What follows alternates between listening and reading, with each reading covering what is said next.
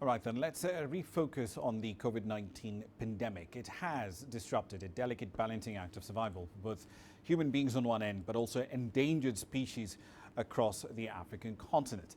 That's the argument being made by the African Wildlife Foundation. Officials and conservation experts from Kenya, Uganda and Gabon are all warning about the growing impact of this pandemic on protected wildlife areas.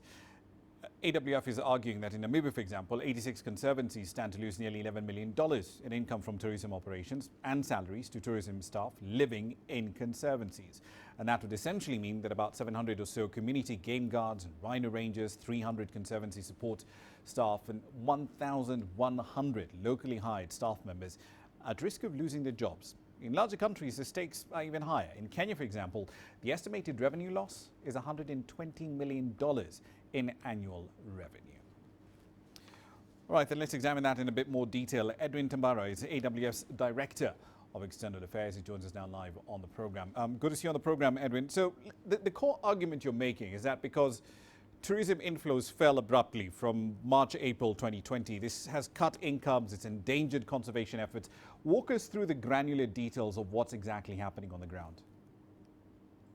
Thank you very much, and thank you for this opportunity. Yes, as you mentioned, tourism came to an abrupt end. As you know, conservation in Africa is largely financed by tourism, government budgets, and also to some extent philanthropic donors, but tourism being the main. And when the restrictions came into place with travel restrictions, a lot of protected areas, but also community conservancies lost that funding stream from tourism. And they are now not able to pay for operations, they are not able to pay for salaries, which has really restricted what they can do in order to sustain these conservation areas. So to what extent can those income losses attributed to foreign tourists, I'll come to the structural problems in a bit, but to what extent can that lost income be offset by the domestic market? There is potential to work on growing the domestic market, but unfortunately that will take time as well. We should have done our homework early on and begin to really invest in growing the domestic market for tourism. There is huge potential in so many countries. I think places like South Africa has done a good job already. But again, it's not going to be enough, at least in the short term. So right now, I think it's up to governments, NGOs, and other bilateral agencies to step in and fund communities and other protected areas so that they are able to at least survive this gap whilst we work on other solutions like building up the domestic tourism to fund the gap. Okay, so let's leave tourism, domestic tourism revenue aside for the moment, because in many of the countries that we're talking about, public finances are heavily strained. Kenya is running fiscal deficits close to 10%. It's trying to restructure some of its debt. So realistically, public sources of funding are going to be extraordinarily limited.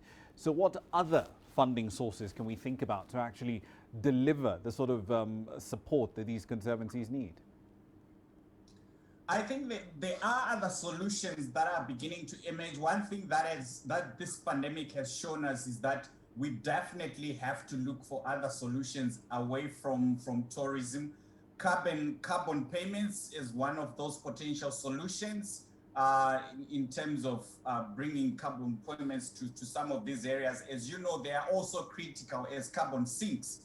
So definitely a solution to look into. Payment for ecosystem services. We know that these protected areas, these conserved areas are providing so much more in terms of water sources, pollution, infiltration services, pollination services. So there is huge potential for payment for ecosystem services going into these conserved areas, but the policy framework has to be conducive for that to happen. There is the whole emerging space of green financing as well, as represented by what people are calling green bonds. It's showing promise, but a few so far has been executed in the conservation space, but it is a space which is certainly promising. Indeed. South Africa, of course, is one country that explored that area last year. Is the problem in trying to get conservancies into that green financing space simply trying to package the product on offer? Because, I mean, it's one thing to talk about the ecological services on offer, but translating that into a product that you can then list on a market and say, this is what you're paying for. Is that the difficult part? Yeah, that has been the difficult part, not just for conservancies, but for the whole environment space. It's been difficult to attract investors because it's a difficult thing to do.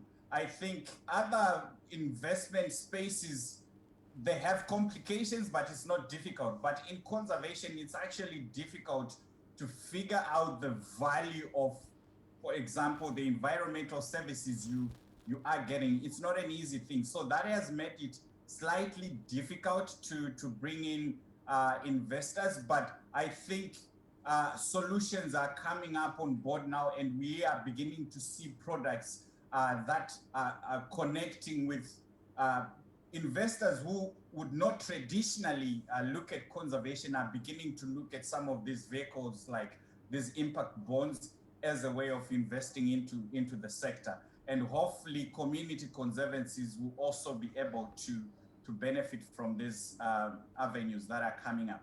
Indeed. One other thing that I noticed in the article that you put together was that you made the case that these lockdowns, the pandemic restrictions and the attendant loss of income, loss of jobs, that they're essentially making it a lot more likely that individuals will get back into poaching or engage in wildlife trafficking to supplement their income or to offset the income that they've lost.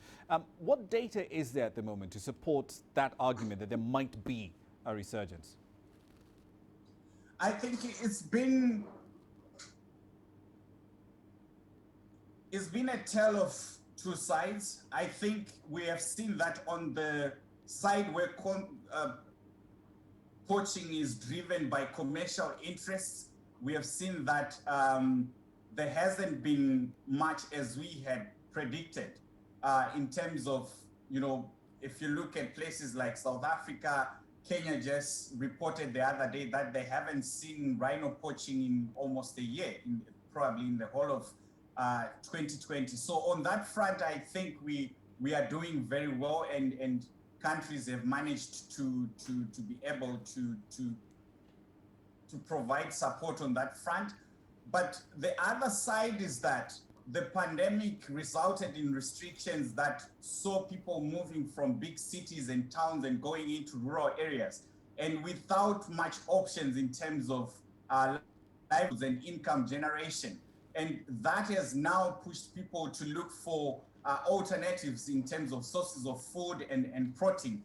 And in some places, like in Uganda, the better part of half year, they saw a surge in illegal hunting for wild meat.